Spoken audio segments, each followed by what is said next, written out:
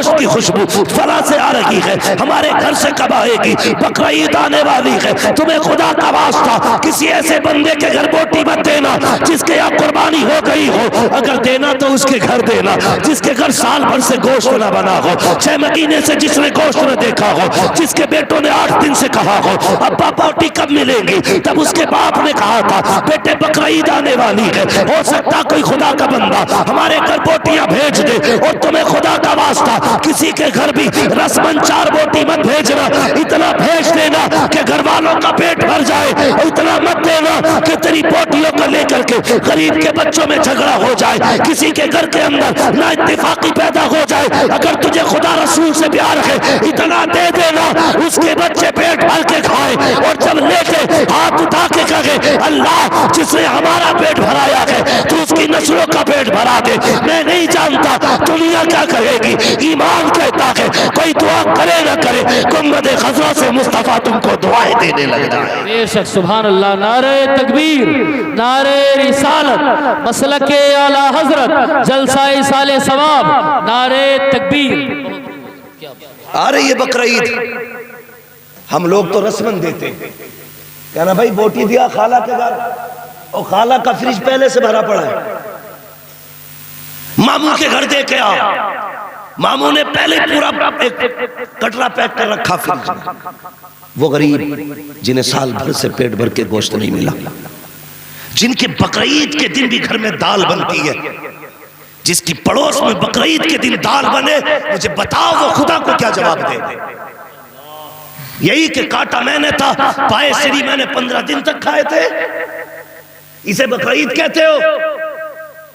8 دن fridge میں رکھ کے کھاتے ہو، کہتے ہو یہ عبادت کی ہے؟ عبادت یہ نہیں تھی یار، سب سے بڑی عبادت تو یہ تھی قربانی تو نے کی تھی، پہلی بوٹی نکل کے کسی غریب کے دسترخوان پہ جاتی، اس کا بچوں کا پیٹ بھر جاتا، تیری عید ہو جاتی، ان کی بھی عید ہو جاتی۔ یہ کام کریں گے انشاءاللہ؟ یہ جو رسمن 4 بوٹی پلیٹ میں رکھ کے دیتے ہو دو گے؟ اتنا دینا جس سے بھلا پورا ہو جائے۔ کئی بار نہ ایسا ہوتا ہے حضرت، لوگ نہ میٹھا تقسیم کرتے ہیں، تجھ سے کس نے کہا زبردستی میٹھا بانٹ؟ کس نے کہا تجھ سے؟ 3 لڈو بھیج دیے، گھر میں 5 آدمی ہیں، 5 بچے کسی کے، اور تم نے 5 لڈو بھیج دیے یا 4 بھیج دیے، تو بچے ہی ہوتے ہیں نا۔ سوچا کریں ذرا، یہ چھوٹی باتیں ہیں لیکن یہ باتیں بڑی ہیں۔ آپ نے 4 لڈو بھیج دیے، 5 بچے کسی کے، وہ ماں باپ کیا کریں گے جن کے 5 بچے تم نے 3 لڈو دیے؟ تو لڑتے بچے، نہیں مجھے کھانا، نہیں مجھے کھانا۔ تو نے خوشی تقسیم نہیں کی، تو نے اپنی خوشی سے کسی کے گھر میں آگ لگائی۔ تو سے کس نے کہا تھا 3 لڈو لے کے آ؟ ارے خود ہی کھا لیتا گھر میں بیٹھ کے، کم سے کم غریب کے گھر میں آگ تو نہیں لگتی۔ میں جانتا ہوں 3 بوٹیاں تھیلی میں باندھ کے بانٹی جاتی ہیں، کیا کرے گا غریب 3 بوٹیوں کا؟ 5 بوٹیوں کا کیا کرے گا؟ تیرا بقرعید میں پیٹ نہیں بھرا؟ یاد رکھو، یہ مسئلہ بھی یاد رکھنا، جو گوشت کھانے کی نیت سے قربانی کرتا ہے اس کی قربانی نہیں ہوتی، صرف اللہ کی رضا کے لیے قربانی کرو۔ اور یہ بھی یاد رکھنا 7 حصے جانور میں جس میں ہوتے ہیں، اگر ایک حصے والے کی نیت گوشت کی ہو تو باقی 6 کی بھی خراب ہو جاتی ہے۔ بہت ہوش سے قربانی کرنی ہے، اور ضروری نہیں ہے کہ تو 80 ہزار کا بکرا لا کے باندھے تماشا بنائے۔ قربانی کا مطلب تماشا نہیں ہے، قربانی اللہ رسول کی رضا کے لیے ہونی چاہیے۔ کریں گے انشاءاللہ، غریبوں کا حصہ رکھیں گے۔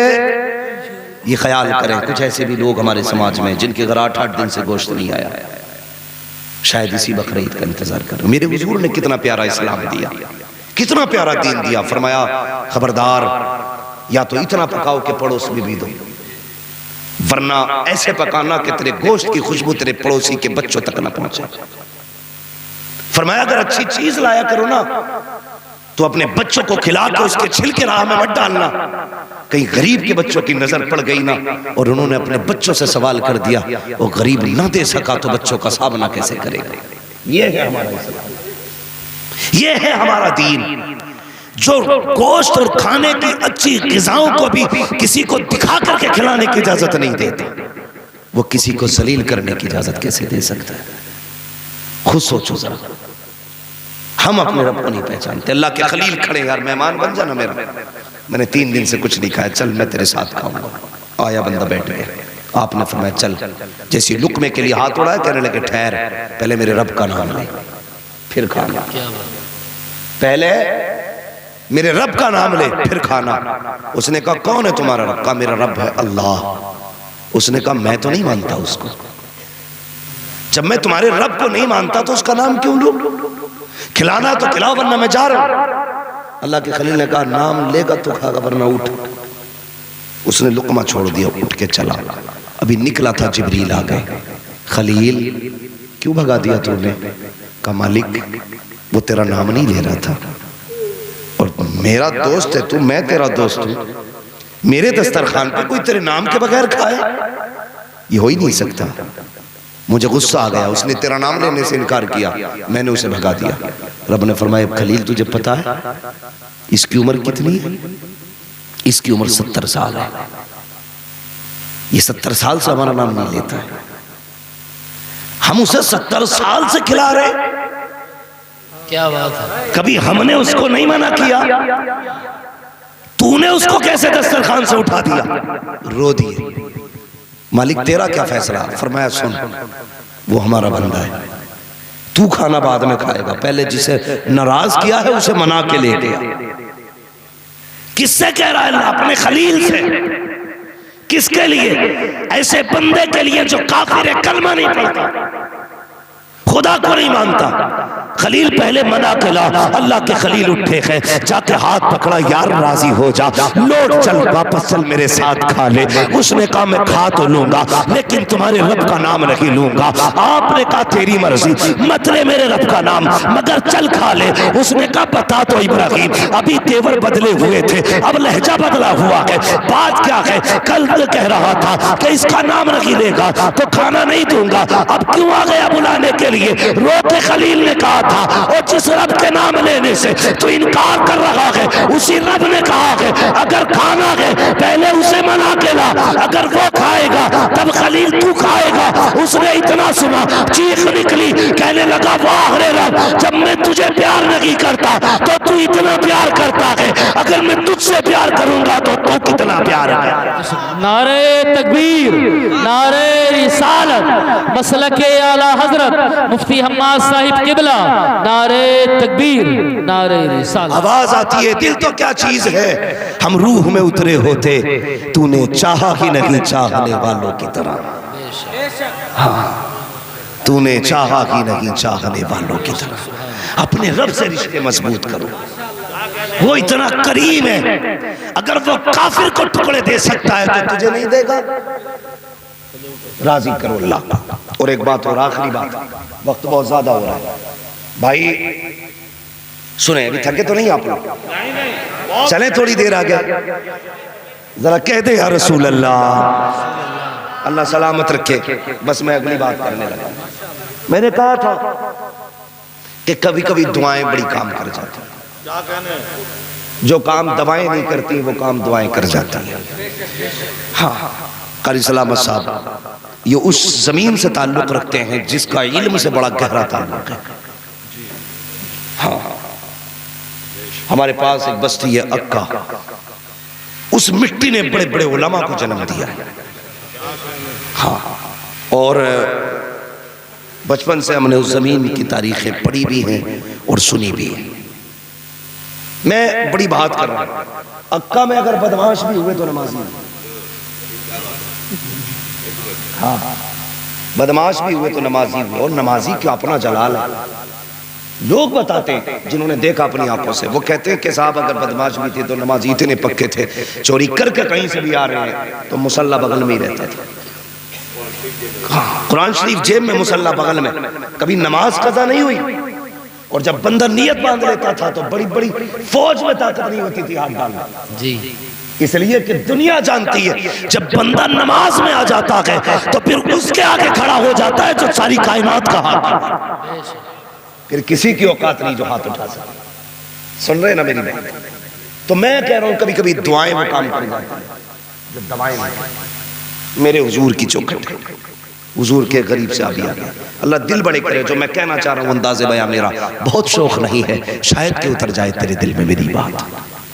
جو میں کہنا چاہتا ہوں نوجوانوں, اللہ کرے وہ سمجھیں آپ اور دل بدل جائے. آج سے دل بدل جائے. ہمارے دروازے پہ تو فقیر آ جائے, پہلے کوالٹی چیک کرتے, پھر دیکھ کے کہتے ہٹا کٹا ہے, ہاتھ سلامت تے بھیک کیوں مانگ رہا ہے.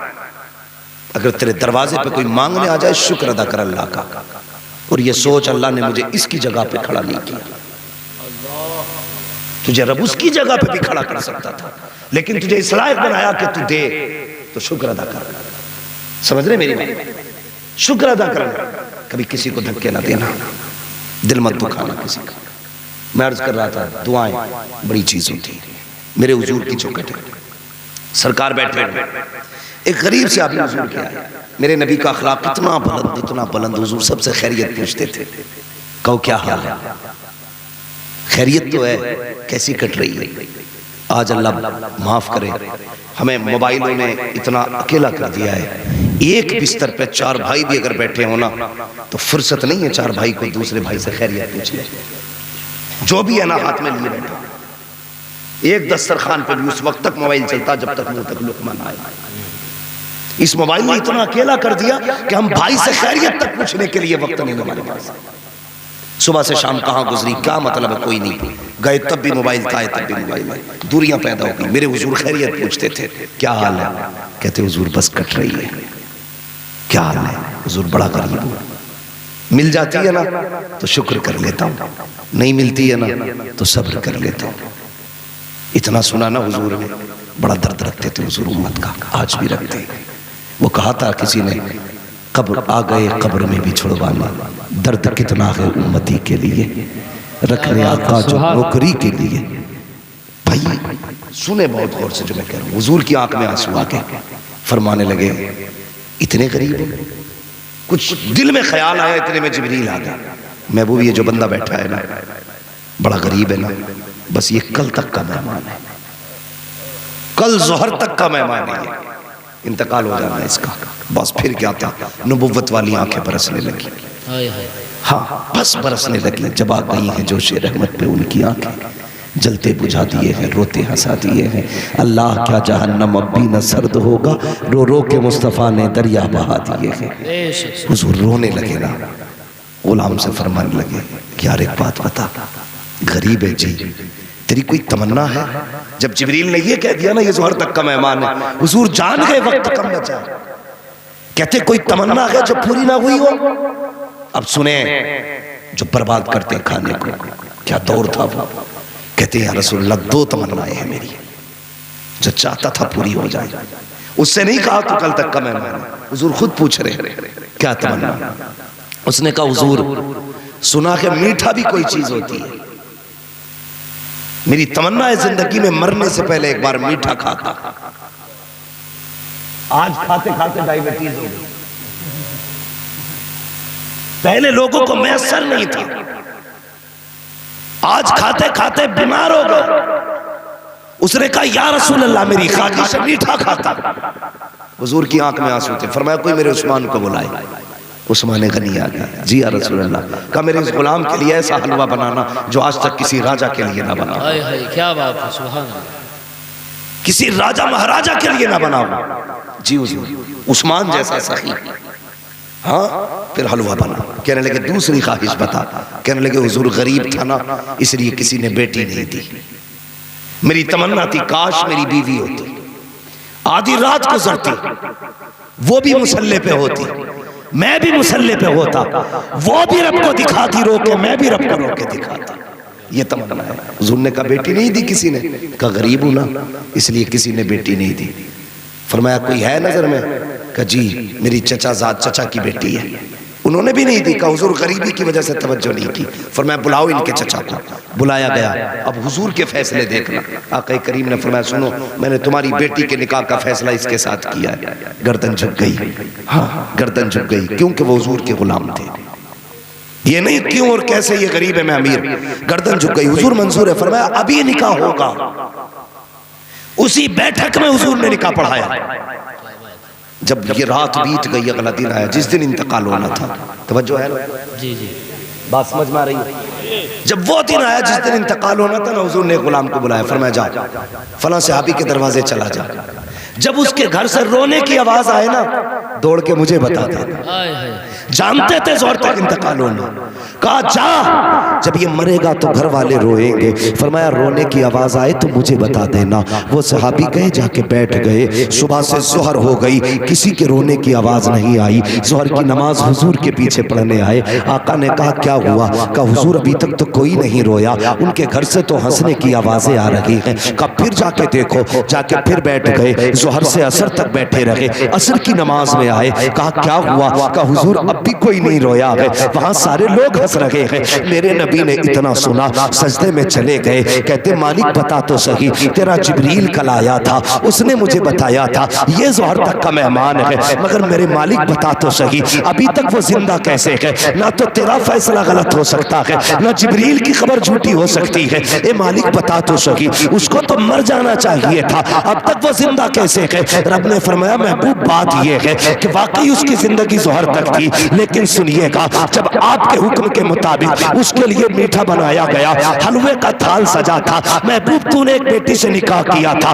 وہ اس کے گھر پہ دلہن بن کے آئی، مغرب کے بعد کا وقت تھا، جیسے عشاء کا وقت آیا، عشاء کی نماز کے بعد دونوں دسترخوان بچھا کے بیٹھے تھے، وہ حلوہ جو زندگی میں اس نے کبھی نہیں کھایا تھا جیسے اس کے آگے آیا، جی چاہتا تھا کہ پیٹ بھر کے کھاؤں، سامنے شریک حیات بھی ہے، آگے رکھا ہوا حلوہ بھی ہے، آج دونوں خواب پورے ہو گئے تھے، دونوں حسرتیں پوری تھی۔ محبوب اتنے میں دروازے پہ سائل آیا، اس نے کہا تھا ہے کوئی جو رب کے نام پہ کچھ دے دے؟ اے محبوب جو ایسی آواز آئی ہے، اس نے شریک حیات کا چہرہ دیکھا اور کہا تھا اے میری بیوی یہ وہ حلوہ ہے جو میں نے کبھی نہیں کھایا، اس کی حسرت تھی، تمنا تھی، آج یہ میرے دسترخوان پہ آیا ہے، لیکن کیا کروں ابھی میں نے اسے کھایا نہیں ہے، لیکن میرے دروازے پر سائل رب کے نام پہ مانگ رہا ہے، بول تیری کیا مرضی ہے؟ بیوی نے کہا میرے سرکار جس نے تجھ جیسا شوہر دے دیا ہو اب اس سے اور کیا مانگا جا سکتا ہے؟ کہا جو تیری مرضی ہے وہ میری مرضی ہے۔ اس نے اپنی پسندیدہ حلوے کا تھال اٹھایا، لا کے آنے والے سائل کے ہاتھ میں دے دیا، کہا محبوب جب حلوہ اس کے ہاتھ میں آیا اس نے ہاتھ میں لیا، آنکھوں اٹھائی اور دعا کی یا اللہ ان کے گھر کی خوشیاں سلامت رکھنا۔ کہا محبوب وہ سائل کہہ کے گیا تھا اس کے گھر کی خوشیاں سلامت رکھنا۔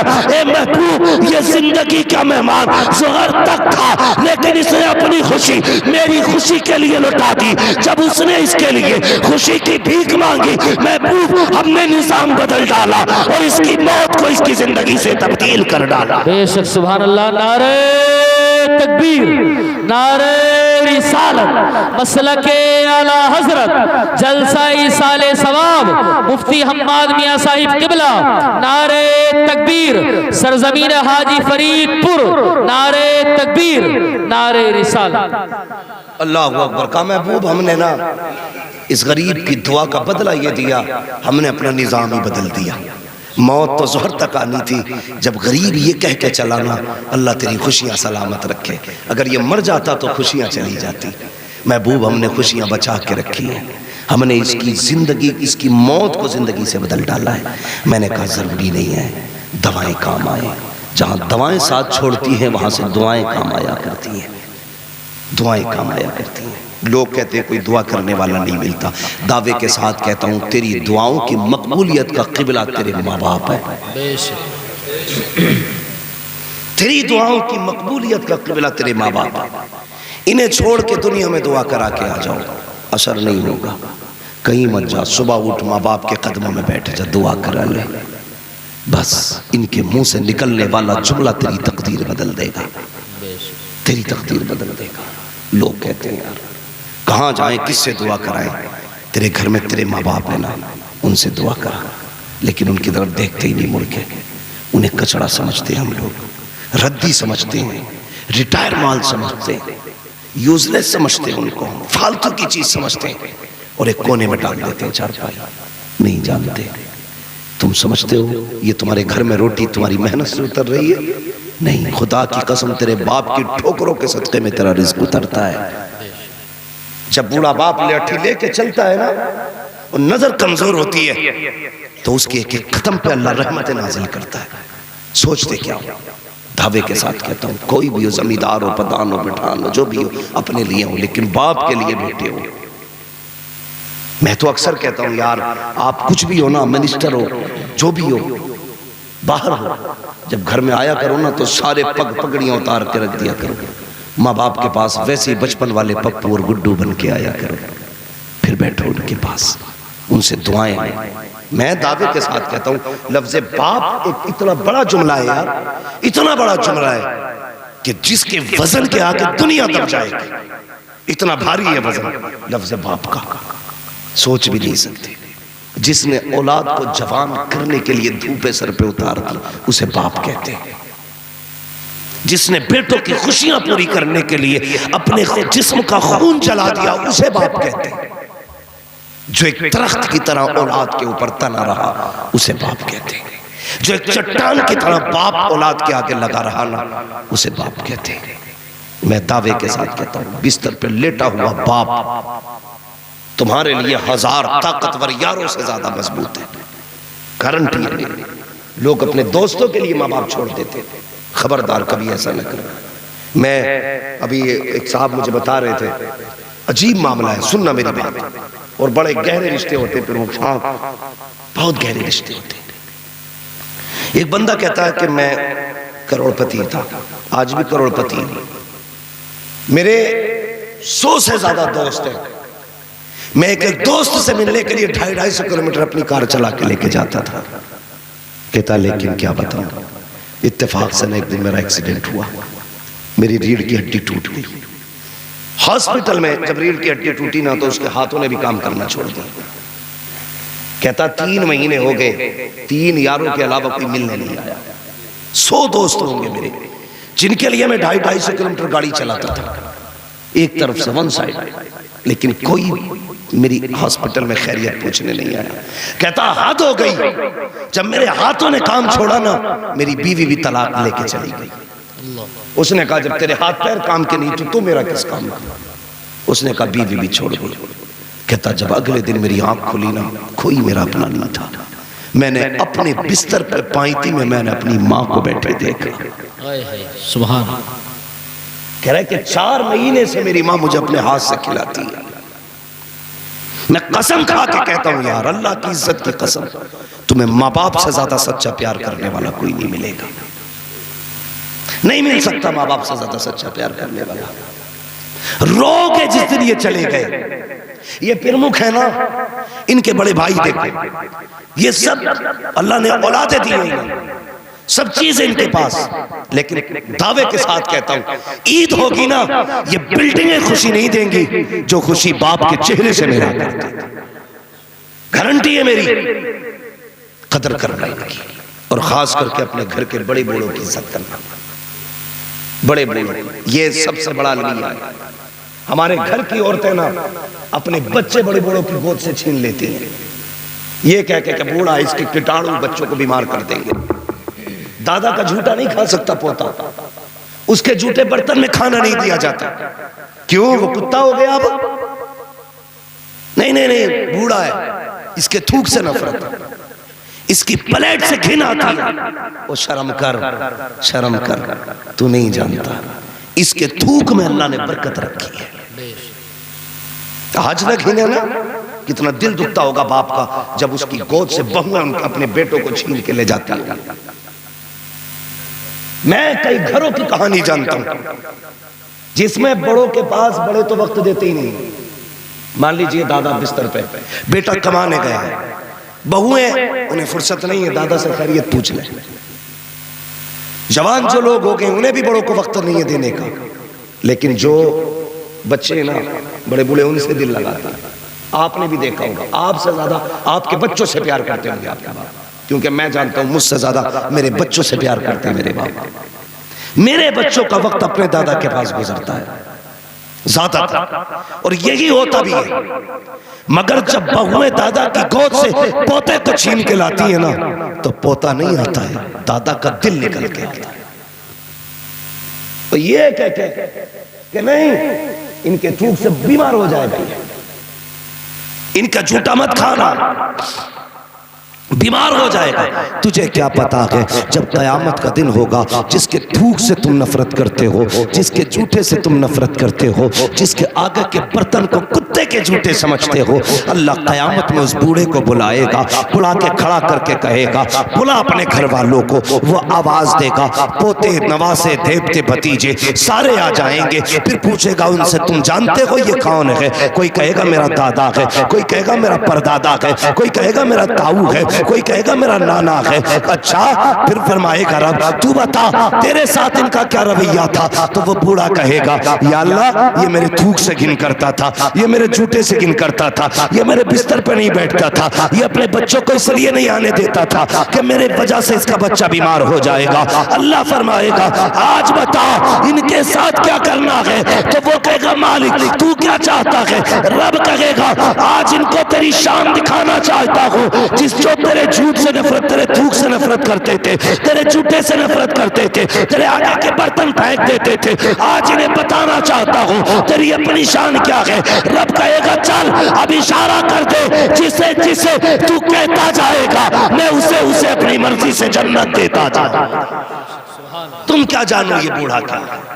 ان کی عزت کرنا اور ان کی قدر کرنا. میرے حضور نے فرمایا تھا جس نے میری امت کے بوڑھے کا احترام کیا گویا اس نے مدینے والے محمد کا احترام کیا. عزت کرنا خاص کر کے ان لوگوں کی جن کے سفید بال ہیں. حضور نے ایک ضابطہ حیات دیا, پوری دنیا باندھ دی اسی میں. فرمایا من لم یرحم صغیرنا ولم یعقر کبیرنا فلیس منا. میرے حضور نے فرمایا تھا کہ جو چھوٹوں پہ شفقت نہ کرے, جو چھوٹا بڑوں کا ادب نہ کرے وہ ہمارا نہیں. صرف ان دو باتوں پہ بندہ عمل کر لے, بڑے چھوٹوں پہ شفقت کریں, چھوٹے بڑوں کا ادب کریں, ہر چھوٹا بڑے کا ادب کرے اپنے سے بڑے کا, تو پھر خدا کی قسم یہ جہالت فساد ختم ہی ہو جائے گا.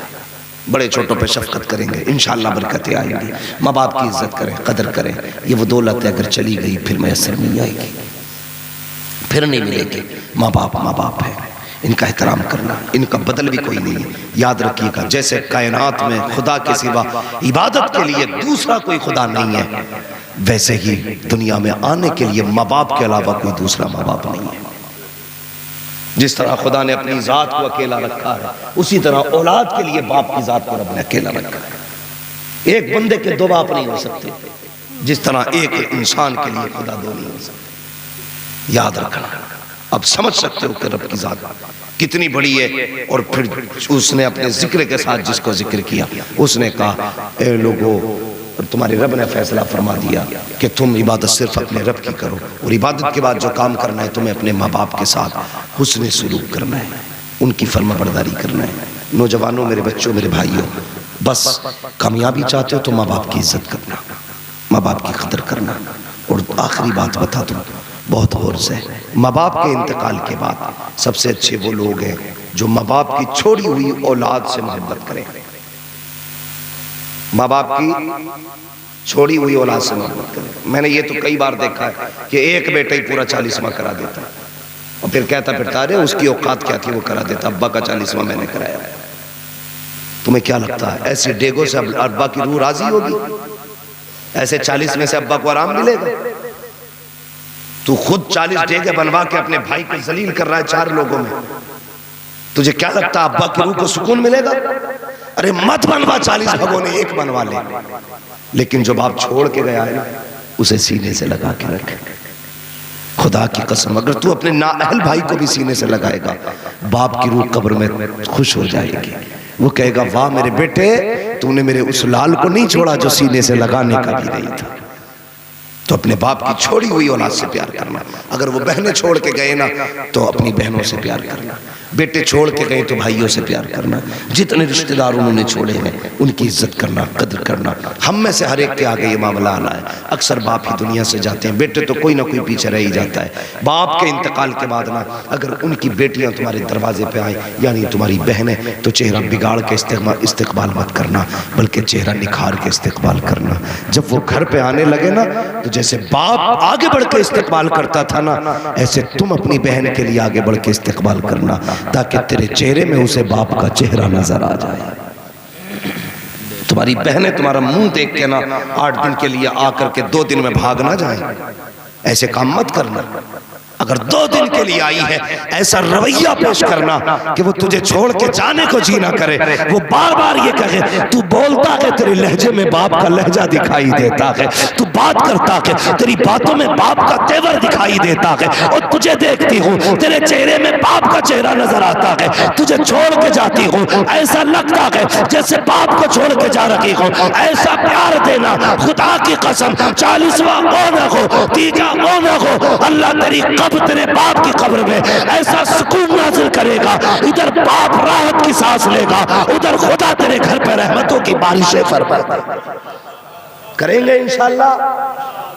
اکثر بہنیں روتی ہیں باپ کے انتقال کے بعد، لوگ کہتے ہیں جب تک باپ ہے تب تک مہکا ہے، یہ مثال بدل دینا، کہنا جب تک بھائی ہے تب تک مہکا ہے، نسلوں سے کہہ جانا میری ماں کے رشتہ داروں کو مت چھوڑنا، میرے باپ کے رشتہ داروں کو مت چھوڑنا۔